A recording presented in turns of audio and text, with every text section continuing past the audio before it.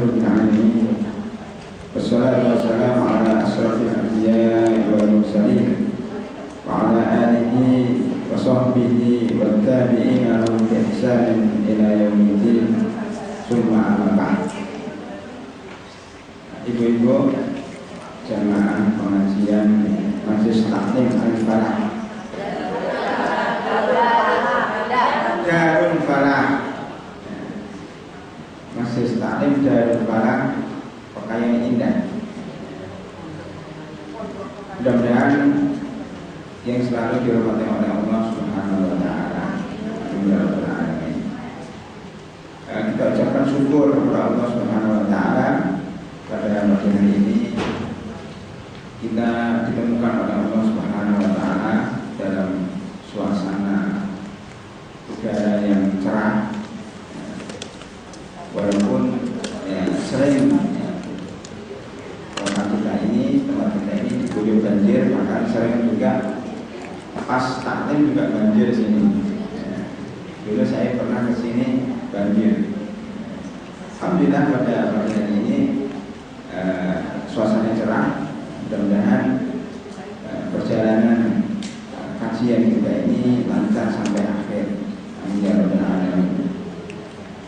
Ibu rahimakumullah, saya diberi amanat untuk menyampaikan tentang pernikahan. Ibu-ibu sudah nikah semua? Memang ada yang belum nikah? Kenapa judulnya tentang pernikahan? Mungkin mau menikahkan anak-anaknya.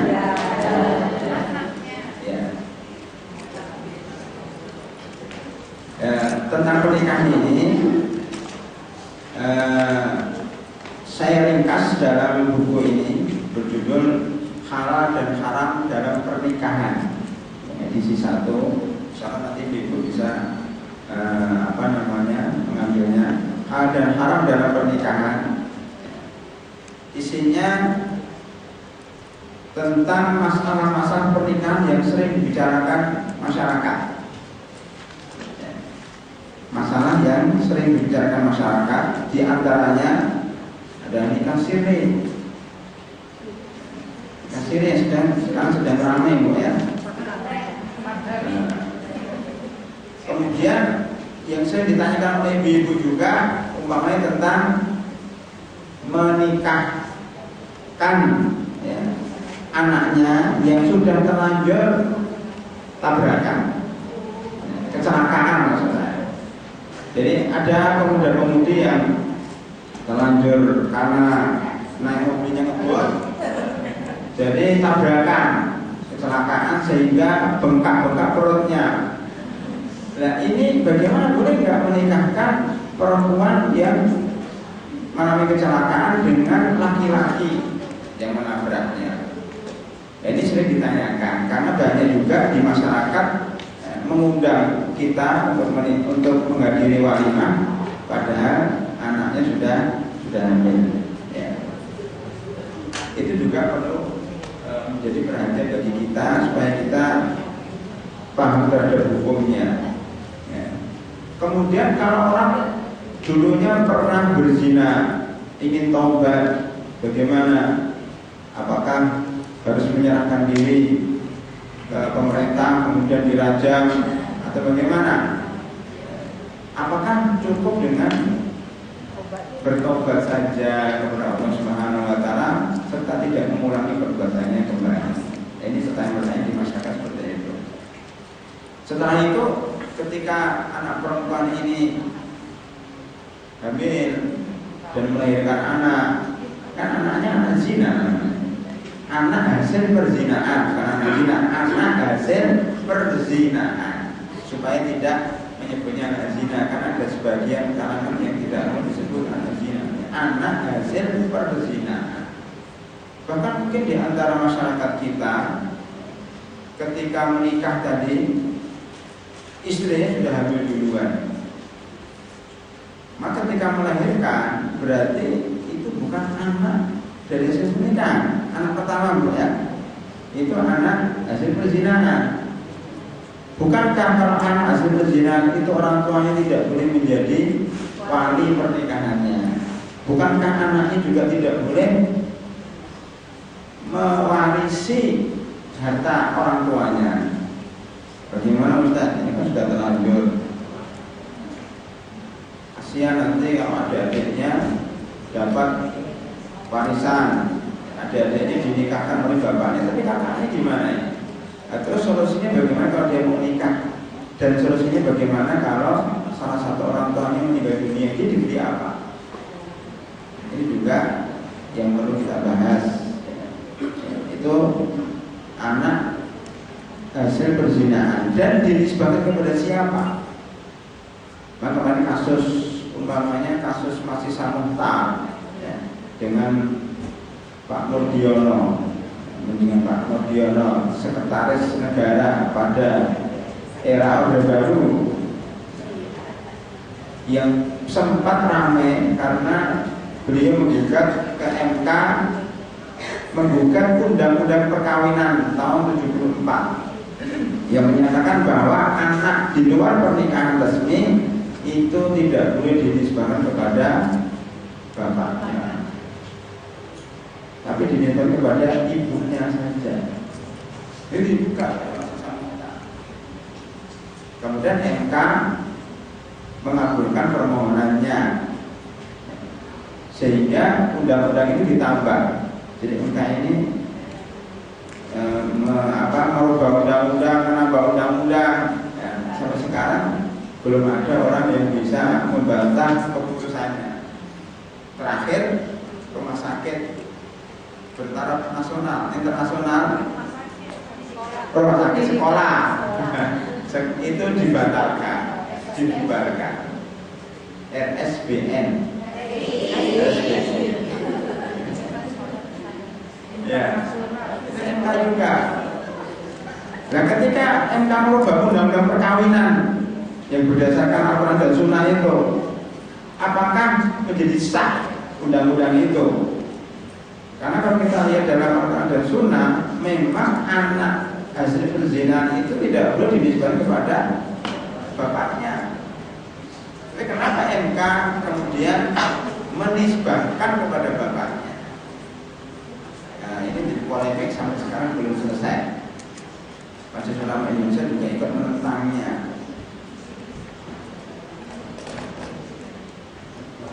Walaupun sebenarnya MK ini bermaksud baik, karena kasus masih Samuhtar ini sebenarnya bukan perzinahan, Bu. Tapi apa, Bu? Nikah siri. Beda, Bu. Nikah zina dengan nikah siri beda. Maka nikah siri itu pernikahan resmi dan sah. Nikah siri itu resmi dan sah. Tetapi kalau perzinahan tidak sah. Sama-sama tidak dicatatkan di KUA. Itu persamaannya. Lah MK memutuskan dengan kata-kata di luar pernikahan resmi. Ya, anak yang dilahirkan di luar pernikahan resmi kan menyangkut apa saja. Nah, mencakup pertama nikah siri, itu juga di luar pernikahan resmi. Nikahnya tidak resmi. Nikah siri itu nikah yang tidak resmi secara hukum negara. Karena MK kan bicara masalah hukum negara. Jadi maunya menyelamatkan anaknya masih Samuhtar ini yang namanya Muhammad Iqbal Ramadan yang umurnya 17 tahun. Tetapi ya, keputusannya ini akan juga melegalkan perzinahan. Seakan-akan begitu, karena perzinahan anak yang dihasilkan dari perzinahan, karena perzinahan termasuk di luar pernikahan resmi, juga bisa dinisbahkan kepada bapak yang menzinainya.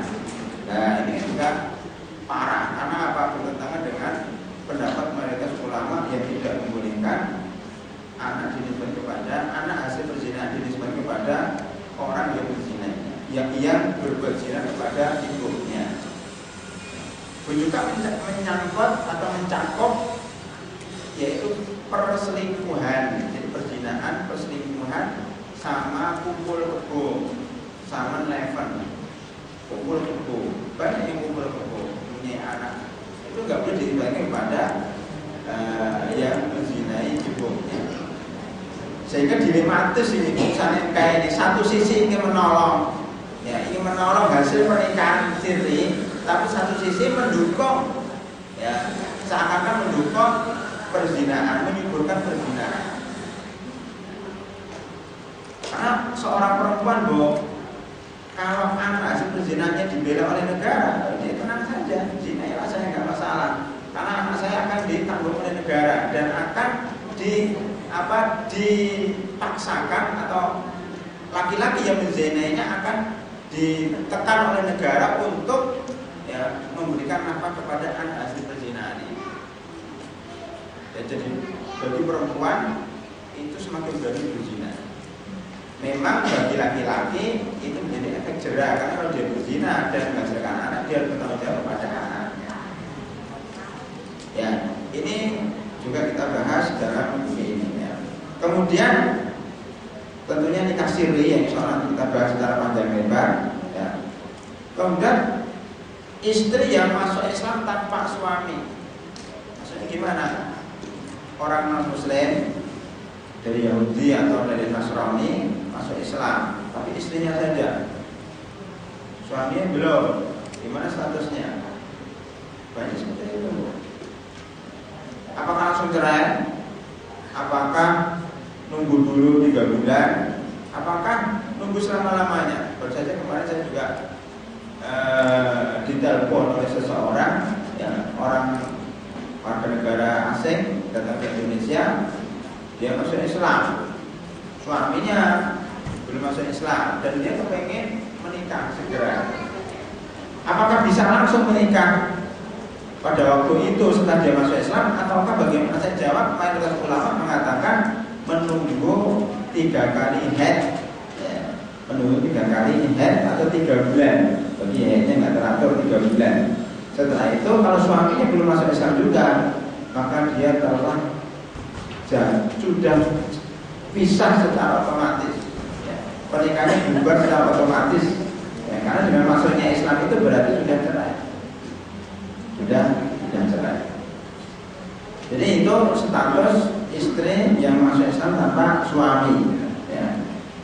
Kemudian ada kasus pernikahan, ya, seorang laki-laki dan perempuan, tapi laki-lakinya niatnya nanti akan diceraikan istrinya ini setelah berapa tahun. Ini saya dapatkan umpamanya di negara Saudi itu banyak TKW, banyak juga tenaga kerja laki-laki dari negara asing, dari Mesir umpamanya. Kontraknya 2 tahun umpamanya. Kontraknya 2 tahun. Nah, 2 tahun itu meninggalkan anak dan istri. Tentunya di sana 2 tahun. Kadang-kadang ada laki-laki tidak puas, daripada dia berzina, maka dia menikah dengan perempuan. Yang saya temui ada orang Mesir yang bekerja menjadi sopir di Saudi Arabia, Arab Saudi. Kemudian dia punya anak dan istri di Mesir. Dia menikah dengan TKW dari Filipina. Setelah masa kontraknya selesai, karena susah diajak pulang, gimana mau dibawa ke Mesir, susah, ketahuan istri yang pertama, dicerailah perempuan itu. Jadi laki-laki balik ke Mesir seperti biasa, perempuan juga balik ke Filipina seperti biasa. Padahal mereka berdua sudah menikah selama 2 tahun. Ini namanya nikah dengan niat cerai. Boleh nggak? Boleh nggak? Dia tidak disebutkan di dalam akad pernikahannya ini. Yang disebutkan cuma saya menikah dengan kamu, maharnya sekian. Ya, ada walinya, ada saksinya. Cuman di dalam hatinya, wah nanti kalau ada masalah saya cerai. Seperti itu. Ini kasusnya berbeda dengan yang terjadi di di puncak. Pernah dengar puncak? Kalau di dalam mass media itu disebutkan nikah kilat ala Cisarua. Nikah kilat ala Cisarua. Cisarua itu di mana? Puncak. Karena banyak orang-orang asing yang datang ke Indonesia waktu liburan panjang, musim panas biasanya. Kalau sekarang sepi. Nanti musim panas itu banyak berdatangan di sana, mungkin 3 bulan, 2 bulan, yang nginep di villa itu karena sendiri dia bawa istri, artinya dia menikahi wanita setempat. Kalau nikahnya beneran, barangkali nggak masalah. Tapi nikahnya cuma seminggu, 4 hari, 5 hari. Setelah selesai, setelah bosan diterai. Mahalnya 5 juta mahal. Ya, mahalnya 5 juta sekali nikah. Udah, setelah itu setelah mencerai, perempuan ini dia menikahi perempuan lain dengan mahar yang sama 5 juta. Seminggu lagi, seminggu juga. Terus begitu selama 1 musim. Nah, nikah seperti ini tidak seperti nikah yang ada di Mesir tadi. Karena ini niatnya main-main. Niatnya main-main dan niatnya itu berzina. Walaupun menggunakan tata cara agama, ini nikahnya untuk main-main. Dan perempuannya sendiri juga memang seperti itu. Tahu bahwa dia akan dicerai selama 4 hari. Setelah 4 hari, ini kasusnya beda dengan Pak Aceh Bu ya. Ibu setuju nggak dengan Pak Aceh Bu? Enggak, kenapa? Saya tanya kenapa nggak setuju? Karena ibu perempuan. Itu kan ibu baca dari mass media. Jadi mestinya Bu, itu harus dilihat dulu. Ya. Kenapa terjadi seperti itu? Apa ada unsur kesengajaan? Atau memang terjadinya di tengah jalan? Sekarang saya tanya Bu, jika ada orang menikah, laki-laki dan perempuan, hari ini, ya mungkin anak ibu atau saudara ibu begitu kan, menikah. Kemudian laki-laki dan perempuan ternyata setelah 3 hari dia nggak cocok. Ternyata ya banyak masalah di dalam keluarga tersebut. Karena nggak cocok, dicerailah perempuan itu. Boleh nggak itu Bu? Boleh nggak? Cerai itu boleh nggak sih Bu? Cerai boleh jika memang tidak ada solusi lain. Itu dianjurkan, bahkan kalau memang sudah ya keluarga itu sudah seperti bara api, sudah seperti neraka. Kan keluarga itu bisa jadi neraka atau jadi surga. Kalau jadi surga alhamdulillah, keluarga seperti surga. Tapi kalau keluarga sudah neraka, ya setiap hari perang ya, antara suami dan istri. Setiap hari ada gelas dan piring yang pecah. Setiap hari. Dan anaknya juga nggak karuan. Nah seperti ini, kalau tidak ada solusinya, ya satu-satunya solusi ada bercerai. Barangkali dengan bercerai itu ya ada solusi yang lebih baik. Artinya si laki-laki dapat pasangan baru, si perempuan juga dapat pasangan baru yang lebih baik. Barangkali seperti itu. Makanya Islam ya, membolehkan perceraian, bahkan perceraian ini dijadikan sebuah nama dalam Al-Quran. Satu surat disebut dengan surat perceraian. Namanya surat apa Bu? Surat At-Thalaq. Itu khusus membahas perceraian. Saking banyaknya perceraian di masyarakat, bahkan ibu-ibu wajib membaca surat At-Thalaq. Setiap yang berkeluarga itu wajib membaca itu dan pelajari supaya nanti kalau terjadi perceraian itu tahu hukumnya. Jadi intinya Bu, perceraian itu dibolehkan. Pernah terjadi pada zaman Rasulullah SAW. Bahkan Rasulullah SAW pernah mencerai istrinya. siapa yang dicerai, Bu? Siapa, Bu, yang dicerai oleh Rasulullah? Pertanyaannya, istrinya ada berapa? Berapa? 16? Ya, ada yang mengatakan 12, 13, ada yang mengatakan 11.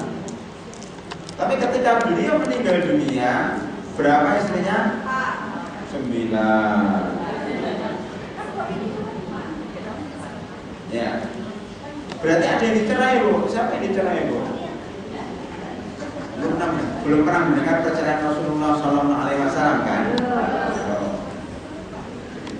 Beliau itu pernah mencerai seorang perempuan yang dinikahinya. Malamnya, setelah paginya menikah, malamnya kan tidur bersama Rasulullah SAW. Kemudian ketika Rasulullah SAW sebagai suami ingin mendekati istrinya itu, istrinya bilang, "A'udzu billahi minka." Apa artinya? "A'udzu billahi minka." Apa artinya? Saya berlindung kepada Allah dari dirimu. Memangnya saya setan. Jadi dibilangnya seperti itu. Rasulullah mengatakan, kamu telah meminta perlindungan kepada Allah yang Maha Agung. Memangnya saya siapa? Dan saya cerai. Cerai. Karena bagaimana istri kok minta perlindungan dari suaminya? Jadi seakan-akan suaminya ini setan. Enggak bisa lah orang seperti itu berhidup rumah tangga dengan baik. Maka dicerailah oleh Rasulullah SAW. Itu satu. Namanya tidak diketahui. Perempuan. Makanya nggak terkenal. Ya. Mungkin ada sejarah juga masih bisnis pendapat, tapi seorang perempuan. Yang kedua, kali ini ada namanya, Bu. Yang kedua siapa, Bu? Hafsah binti Umar bin Khattab radhiyallahu anha. Seorang yang taat beribadah kepada Allah Subhanahu wa taala, dan seorang yang rajin ya menuntut ilmu, seorang yang selalu berpuasa sunnah. Itu Hafsah binti Umar bin Khattab. Pernah dicerai oleh Rasulullah SAW dalam satu kasusnya banyak, dengan Aisyah, dengan Hafsah. Ya. Jangan dikira, Bu, keluarga itu harus mulus, nggak ada di dunia keluarga yang mulus. Kata keluarganya Rasulullah SAW ini tidak mulus, ada riak-riak kecil, termasuk dengan Hafsah, termasuk dengan Aisyah. Bahkan itu diabadikan oleh Allah Subhanahu wa taala di dalam Al-Qur'an. Surat apa, Bu? Surat At-Tahrim. Di sini Bu pintar-pintar lah. Berarti sudah lah, nggak usah diteruskan aja. Tentang pernikahan sudah betul-betul. Ya, alhamdulillah. Ya, surat At-Tahrim. Jadi surat At-Tahrim itu sebelum surat At-Talaq. Itu Rasulullah SAW ditegur oleh Allah Subhanahu wa taala, wahai Muhammad, kenapa kamu mengharamkan sesuatu yang halal karena engkau mencari ridho istri-istri kamu. Jadi saking cintanya kepada istri, Rasulullah mengharamkan sesuatu yang diharamkan oleh Allah Subhanahu wa taala. Itu kasusnya dengan siapa, Bu? Kasusnya dengan Hafsah sama Aisyah. Karena Hafsah sama Aisyah itu cemburu kepada Zainab binti Jahas. Zainab binti Jahas ini ya, istri Rasulullah SAW yang dinikahkan dari atas langit 7. Dia menikahkan langsung Allah Subhanahu wa taala. Zainab binti Jahas. Ini tersebut di dalam surat Al-Ahzab. Ya, Zainab ini dulu adalah menantu angkatnya. Menantu angkat bukan, Bu. Jadi Rasulullah itu dulu punya anak angkat namanya Zaid bin Harithah. Anak angkat yang punya budak kemudian dimerdekakan jadi anak angkat. Zaid ini akhirnya menikah dengan Zainab binti Jahsh. Zainab binti Jahsh ini adalah bangsawan, ya, putri bangsawan Quraisy, artinya orang Quraisy bangsawan. Sedang Zaid adalah mantan budak. Ketika menikah boleh, ya, laki-laki ya dari martabat, ya, dari kelas level bawah menikah dengan perempuan yang levelnya tinggi, level sosialnya tinggi, boleh, halal. Cuman sering terjadi masalah. Kenapa? Mestinya laki-laki lebih tinggi status sosialnya, perempuan rendah nggak apa-apa. Jangan terbalik. Kalau terbalik boleh, tetapi sering banyak masalah. Tapi begini, perempuannya adalah sarjana kedokteran, ya, sarjana universitas kedokteran, ya, sarjana kedokteran Universitas Indonesia umpamanya, perempuannya. Laki-lakinya lulusan SD Pekayon,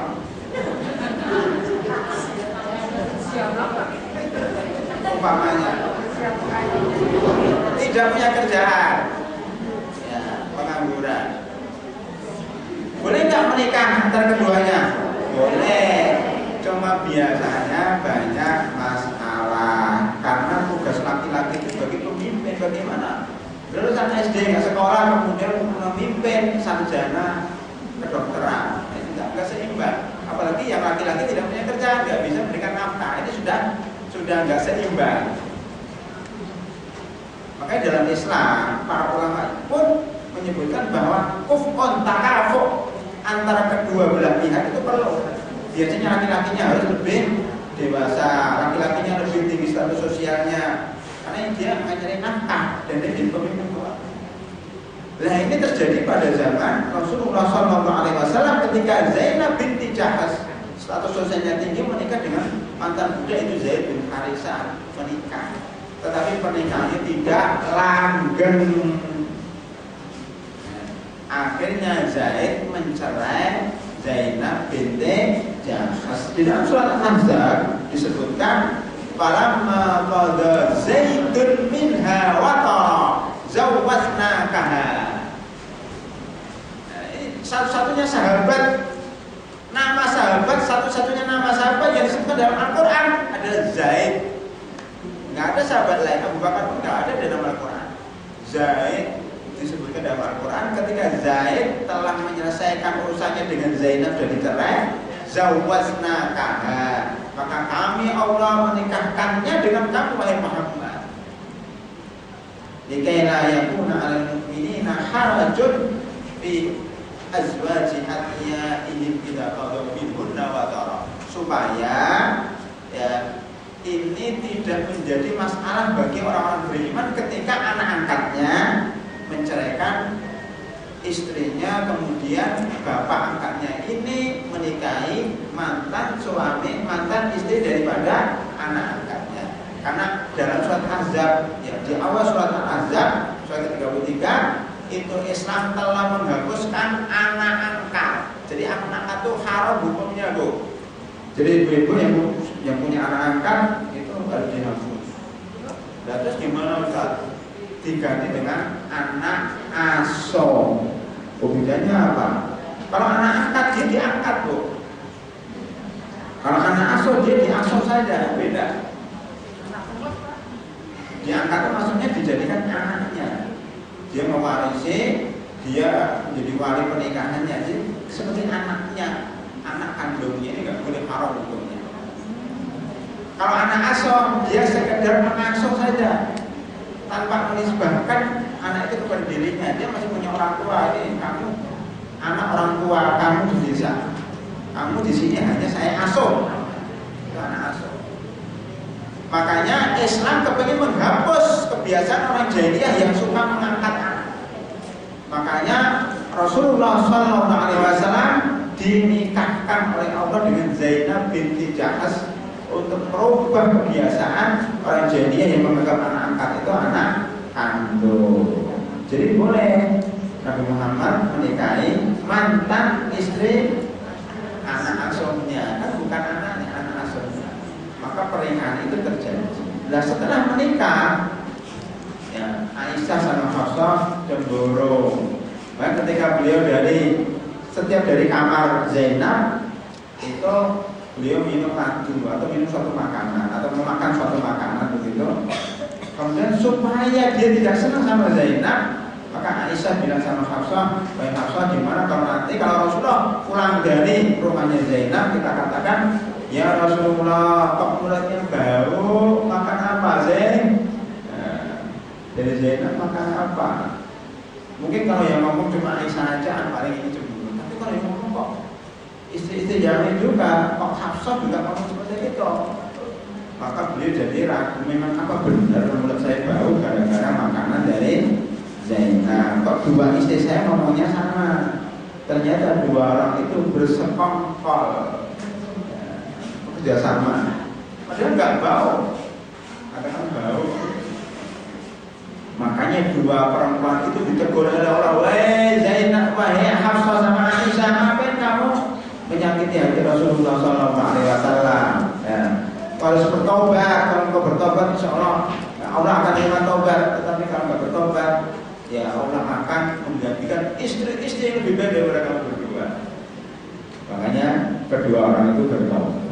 Ini salah satu masalah yang terjadi pada zaman Rasulullah SAW. Maka Rasulullah SAW pun pernah mencerai Hafsah, kemudian malaikat Jibril datang, "Wahai Muhammad, rujuklah kembali karena Hafsah itu orang yang salehah, orang yang suka tahajud, suka berpuasa, rujuk kembali." Ya, itu istri yang salehah. Akhirnya Rasulullah rujuk lagi, rujuk kepada Hafsah radhiyallahu anha. Ini riak-riak di dalam pernikahan. Sehingga di sini kita simpulkan bahwa perceraian itu dibolehkan. Tetapi tentunya kalau ada masalah, kalau tidak ada masalah, ya kenapa dicerai? Tentunya berbuat zalim kalau mencerai istrinya. Ya. Dan masalah-masalah yang lain tentunya masih banyak dalam ini, termasuk harta gonogini. Ya, ini sering terjadi antara suami istri, ya, ketika istrinya dicerai, dia menuntut harta gonogininya mana? Harta gonogini menurut undang-undang di Indonesia, harta gonogini adalah harta yang dikumpulkan oleh kedua belah pihak, suami dan istri, setelah pernikahan menjadi harta bersama. Tapi bagaimana harta gonogini itu menurut Islam? Tentunya Islam tidak mengatur dalam masalah ini. Tetapi Islam mengatur bahwa istri punya harta, suami punya harta. Ini sebetulnya nggak boleh dicampur. Kalau mau dicampur itu harus ada catatannya, supaya nanti ketika istri meninggal dunia itu ada harta yang diwariskan.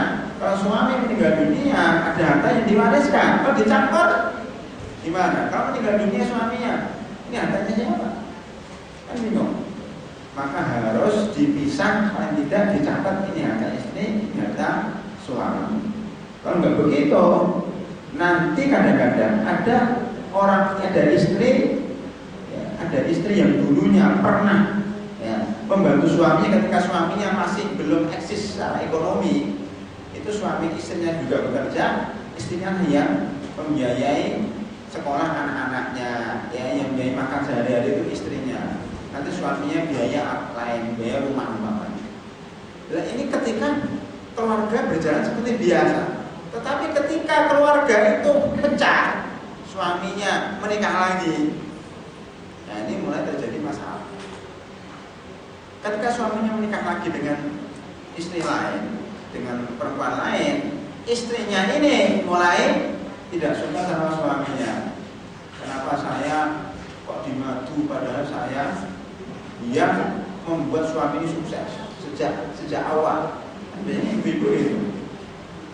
Saya menemani kamu sejak kecil, sejak kita pernikahan pertama kali sampai kau sukses. Tiba-tiba setelah kau sukses, kenapa kau menikah dengan perempuan lain? Bagaimana? Saya nggak terima. Mendingan lampai mayat saya dulu.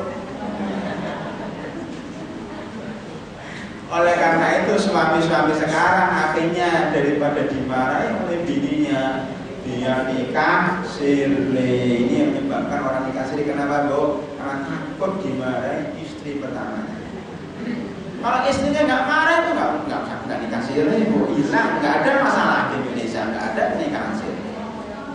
Jadi salah satu yang menyebabkan adanya pernikahan siri siapa, Bu? Ibu bukan lain. Suaminya takut. Jadi ibu ini menakutkan sekali.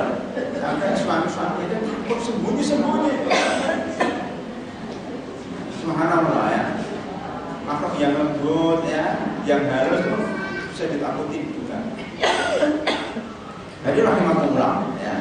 Maka ketika suaminya nikah dan ketahuan oleh istrinya menggugat, nggak ridho. Uang saya yang saya keluarkan sejak 20 tahun yang lalu, ya, untuk biaya anak sekolah, untuk biaya beli makanan setiap hari, saya tuntut lagi kembalikan. Sudah saya jumlah, ya, kira-kira 3M kembalikan. Nah, ada seperti itu, ada. Yang daripada kalau nggak ada perjanjian, masalah suami nggak mau. Dulu nggak ada perjanjian, salahnya yang nyuruh membiayai anak-anak siapa gitu.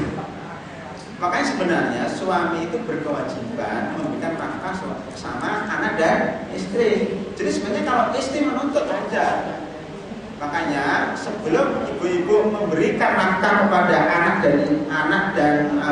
dan suami, itu bilang dulu sama suaminya, atau suaminya tanya sama istrinya, "Wahai istriku, ini ikhlas lillahi ta'ala atau pinjaman?" Dicatat kok. Kalau itu lillahi ta'ala jangan nuntut, kalau saya nikah lagi, kan begitu. Tetapi kalau itu pinjaman, ya sudah dicatat berapa saya pinjam kamu, kan begitu. Pakai materai, Bu.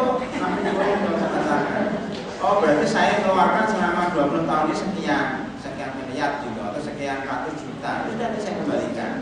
Itu suami jemput itu seperti itu. Itu kalau ada perjanjian, kalau nggak ada perjanjian, ya sama-sama nggak mau mengaku salah.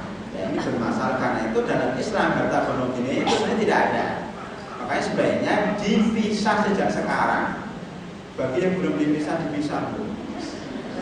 Bukan dipisah hartanya. Sekarang rumah ini milik siapa? Rumahnya milik siapa? Mobilnya milik siapa? Motornya milik siapa? Karena nanti kalau nggak ada namanya, kalau nggak ada sertifikat atas nama siapa, itu nanti ribut. Ya, apalagi kalau salah satu tidak meninggal dunia, banyak kasus seperti itu. Ya, ketika suaminya meninggal dunia, rumahnya itu diambil oleh ibunya semuanya, anak-anaknya nggak boleh nempatin. Ini siapa rumah ibu atau rumah bapak? Kenapa anak-anaknya tidak boleh nempatin? Dan ini masalah. Makanya Islam harus jelas. Ya, ini harta siapa? Ini harta siapa? Kalau sekarang yang ada di Indonesia, kalau istri menuntut biasanya oleh pengadilan dibagi 2, 50%, 50%. Itu kasihan suaminya. Ya. Karena sudah mengumpulkan harta banyak, ternyata langsung istrinya dapat 50%. Makanya kadang-kadang beberapa artis itu kita lihat bahwa artis-artis masih muda, ya, itu mau dinikahi oleh pengusaha yang sudah tua, sudah kakek-kakek, dinikahi nggak apa-apa. Jadi artis itu kadang-kadang menikahi kakek-kakek, yang penting kaya katanya. Setelah itu, mungkin saya dengar ya, baru bulan kemarin nikah, sekarang sudah cerai. Nanti nikah lagi dengan siapa? Cerai lagi, begitu mereka. Kerjanya cuma kawin, cerai. Lah itu mungkin salah satu yang mendorong dia cerai. Saya sudah nikah dengan orang besar. Ini kalau saya minta cerai kan dapat harta gonok ini 50% dalam waktu singkat, sebulan aja sudah dapat berapa ratus juta itu dengan cara menikah dan minta cerai. Dan makanya harta gonok ini harus diperjelas, ya. Jadi harta gonok ini perempuan mempunyai harta sendiri, laki-laki mempunyai harta sendiri. Jadi tidak ada harta campuran itu kan. Jadi rahimahullah. Karena itu kita harus jelaskan masalah itu di masyarakat. Nanti ibu-ibu silakan kalau kepengen lebih lengkapnya bisa baca buku ini. Ini saya nulis sendiri kok. Ada serinya, buku ke-5, sudah ada 7 buku ya. Di luar ada. Ibu sekalian, jadi tadi jawabannya gimana Pak Aceh tadi? Boleh enggak? Kita lihat dulu masalahnya. Ketika dia menikah, beliau sedang masalah dengan istrinya. Kenapa istrinya bermasalah? Konon masih dalam proses gugatan cerai. Laki-laki itu kalau sendiri tidak ditemani istri itu susah, sehari aja kadang-kadang susah, apalagi sudah berbulan-bulan, sudah setahun. Ini fitnah. Maka mestinya itu tidak boleh dibiarkan, dia harus menikah, mau nggak datang berzina. Cuma yang ditemu kenapa harus nikah siri? Pertanyaannya kenapa harus nikah siri? Padahal nikah tidak siri pun boleh. Gitu. Itu pertanyaan pertama, kenapa harus nikah siri? Kedua, kenapa yang dinikahi harus perempuan yang muda, yang masih kecil? Berapa tahun kok? 18 tahun. Kalau umurnya 55 tahun, carilah yang 40 tahun. Lumayan kan masih 10 tahun di bawah ini, 18 tahun, jaraknya berapa? 20 tahun lebih. Enggak seimbang. Seperti bapak dan anaknya enggak pas. Boleh, tapi enggak pas dalam masa status sosial terlalu jauh. Kejiwaannya juga terlalu jauh. Tetapi boleh enggak menikah dengan perempuan 17 tahun? 16 tahun? 12 tahun?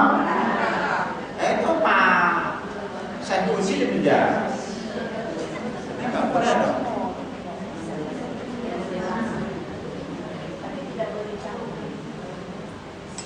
Aisyah radhiyallahu anha menikah dengan Rasulullah SAW umurnya 9 tahun. Tetapi sekarang memang banyak syubhat-syubhat. Ada namanya hak asasi manusia, ada hak asasi anak dan wanita. Maka Saiful Jiri dipidanakan dengan dalil seperti itu. Ini juga perlu dilihat apakah benar dipidana terhadap Saiful Jiri. Ya. Hanya gara-gara menikahi perempuan 12 tahun.